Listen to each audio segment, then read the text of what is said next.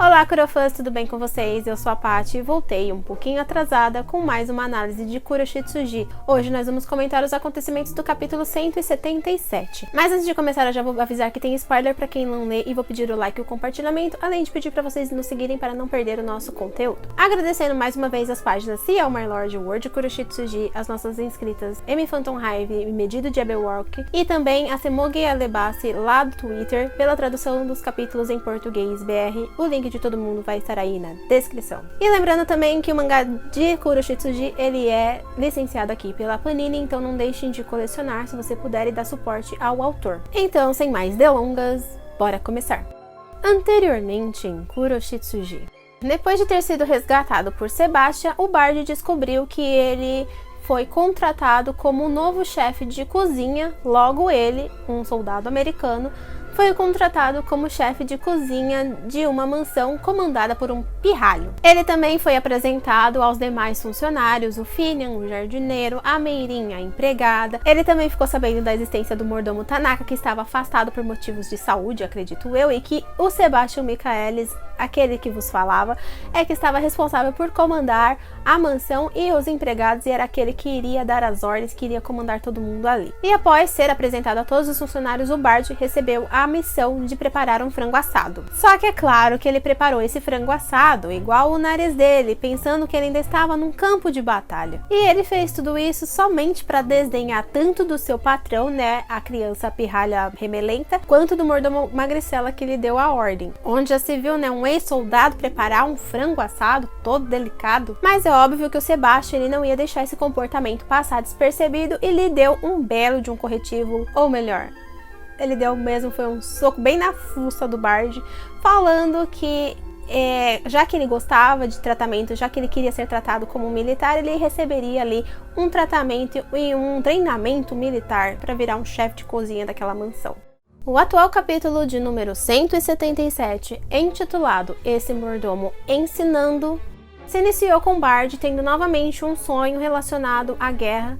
Dessa vez ele estava sonhando com um Terry, que era um de seus companheiros e que estava muito ferido e que acabou morrendo ali no campo de batalhas, falando que queria muito voltar para casa porque ele queria comer um prato que a mãe dele costumava preparar, que era inhame cristalizado, que ele e o irmão dele, eles gostavam muito dessa comida da mãe dele, que ela cozinhava muito bem, só que como o irmão dele já tinha perecido na guerra, pelo menos ele teria que voltar para os braços da mãe. Só que não deu tempo e ele acabou falecendo, deixando o Bard sozinho. E o Bard, ele só conseguia pensar em: não me deixe para trás, me leve junto com você.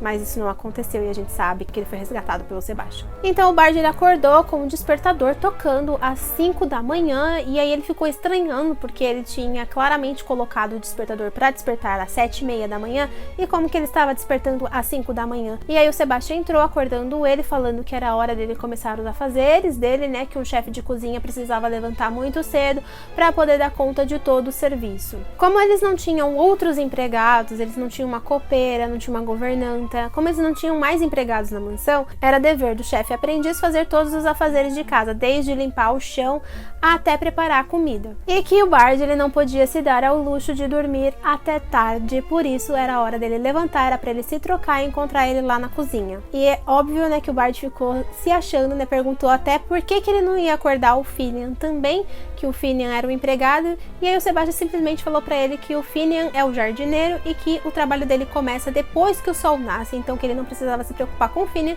e sim com ele, que era para ele se trocar e encontrar ele lá na cozinha. Quem mandou ele irritar o mordomo magricela, agora ele vai sofrer as consequências. Não, e ainda o Sebastian perguntou para ele se ele queria usar o uniforme das empregadas para se sentir mais confortável, ainda tirou uma cara dele. Já na cozinha, o Sebastian, ele deu as coordenadas e explicou para o Bard, dizendo que como o Ciel ainda não tinha, né, como jovem mestre, que eu falo que é Ciel, né, mas ele não chama ele de Ciel, como o jovem mestre ainda não tinha uma esposa, ele não tinha uma mulher que comandasse a mansão. Então, como eles também não tinham uma governanta para comandar os empregados, era dever dele como mordomo fazer todo esse serviço. E ainda acrescentou dizendo que como o jovem mestre era uma pessoa muito antissocial, ele raramente dava jantares sociais ali na mansão.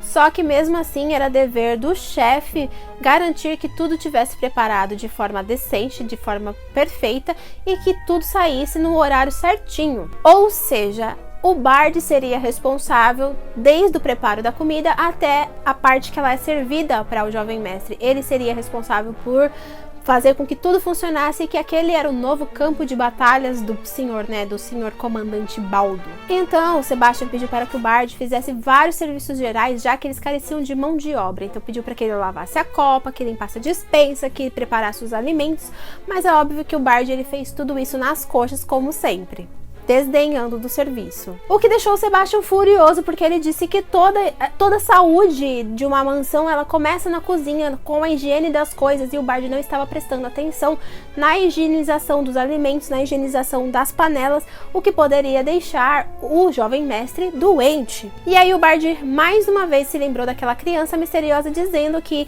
as crianças, elas precisam se sujar mesmo, elas devem ficar sujas de lama, e que aquele jovem mestre era muito frescurento, ele ia ficar doente somente por causa de uma panela mal lavada, porque só assim, que as pessoas ganham imunidade. O Sebastian, ele quis responder, mas ele nem respondeu, porque no fundo do coração dele, ele sabe que o que ele falou é verdade, que quanto mais uma pessoa ela é exposta a germes, ela vai criar imunidade contra aquilo, então ele não está totalmente errado, mas é óbvio que o serviço dele, a ordem dele era manter a mansão funcionando, e ele tinha recebido ordens de treinar o chefe aprendiz.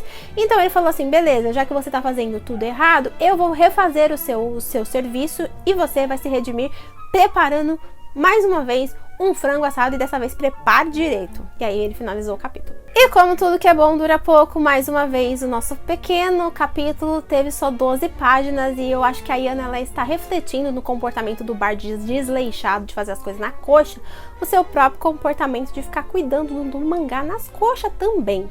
Sei que muita gente aqui vai me odiar porque eu tô falando isso, mas gente, já não está dando mais. A impressão que eu tenho é que ela não quer mais finalizar o mangá depois que a gente descobriu a existência do gêmeo Ciel, e tá empurrando a história com a barriga. Gente, desculpa o cachorro, é que ele não para, ele tá chorando. E por que ela faz isso? Porque, obviamente, ela não quer perder os produtos que estão licenciados com o nome de Ciel Phantom Hives, sendo que o Ciel que a gente conhece não é o Ciel, é o outro, é o gêmeo. Então ela deve estar pensando que isso vai influenciar em alguma coisa por causa desses produtos, desses benditos produtos que tem licenciado no nome de Ciel Phantom Hive, e uma vez que ele não é Ciel Phantom Hive. Eu falo isso de que ela tá empurrando a história com a barriga, porque tudo que aconteceu nesse capítulo, ela poderia ter introduzido e colocado ele no capítulo anterior.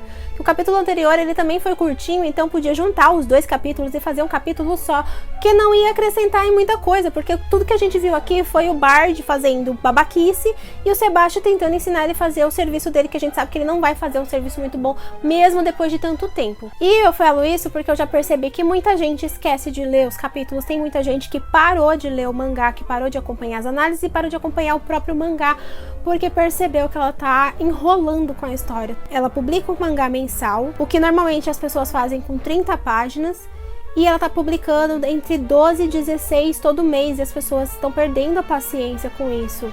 A gente sabe que ela tem outros projetos, só que ela tem que dar atenção a todos eles igualmente. Ou então ela entra em hiato e fala: não, depois que eu terminar esse aqui, eu continuo esse daqui e pronto. Agora ela fica largando capítulos, assim, capítulos meio que irrelevantes. Eu sei que é muito importante a gente saber as histórias dos personagens, saber como que eles eram no passado, só que tem coisas que a gente não tem, tipo, não tem tanta necessidade de saber, que nem foi o caso, assim, de saber que o Bard está sendo babaca, fazendo aquilo de birra. A gente sabe que ele tá com problemas psicológicos porque ele acabou de voltar da guerra, só que tem gente que não entende. Eu sou uma delas, porque eu fico falando, 12 páginas que poderiam estar no outro capítulo e estão nesse daqui. Por que ela não juntou os dois e fez tudo?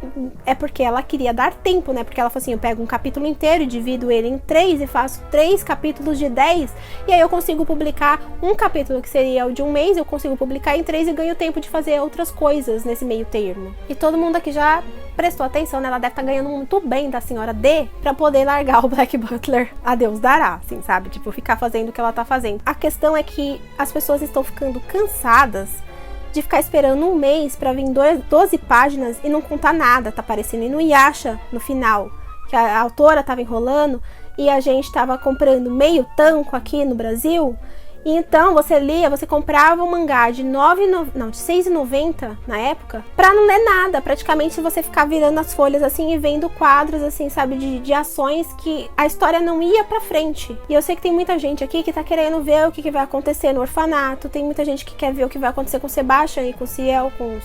Pra resumir, ela tem que dar mais atenção à obra que fez o nome dela, que é Black Butler, né, Kuroshitsuji. As pessoas, elas estão perdendo o interesse porque tá nessa enrolação, porque se a gente pegasse todos os capítulos que saiu, tipo, nos últimos 3 anos, talvez 2 anos, e compilasse ele como se fossem páginas de capítulos mensais realmente, a gente já estaria muito à frente da história. E as pessoas, elas querem ver Ciel e Sebastian, mas a gente sabe que isso só vai acontecer daqui mais 2 anos, porque antes de contar a história do Ciel e do Sebastian, ela vai contar a história do Finian e do Snake. Bom, gente, eu sei que não me matem, é minha opinião, tá? Eu sei, deixa a opinião de vocês aí nos comentários. E a única questão que ficou nesse capítulo, de novo, foi quem é a criança misteriosa dos pensamentos do Bard. Será que é um filho dele? Será que é um sobrinho? Igual comentaram que, se não me engano, teve um inscrito que comentou que era uma criança, que ele tinha comentado que tinha um irmão e que esse irmão tinha um filho, uma irmã, não sei, e que talvez fosse o sobrinho do Bard. Então deixe aí nos comentários o que vocês acham. E antes de ir, não se esqueça que agora vocês podem nos ajudar se tornando membro do canal, clicando no botãozinho aí embaixo ou no link na descrição.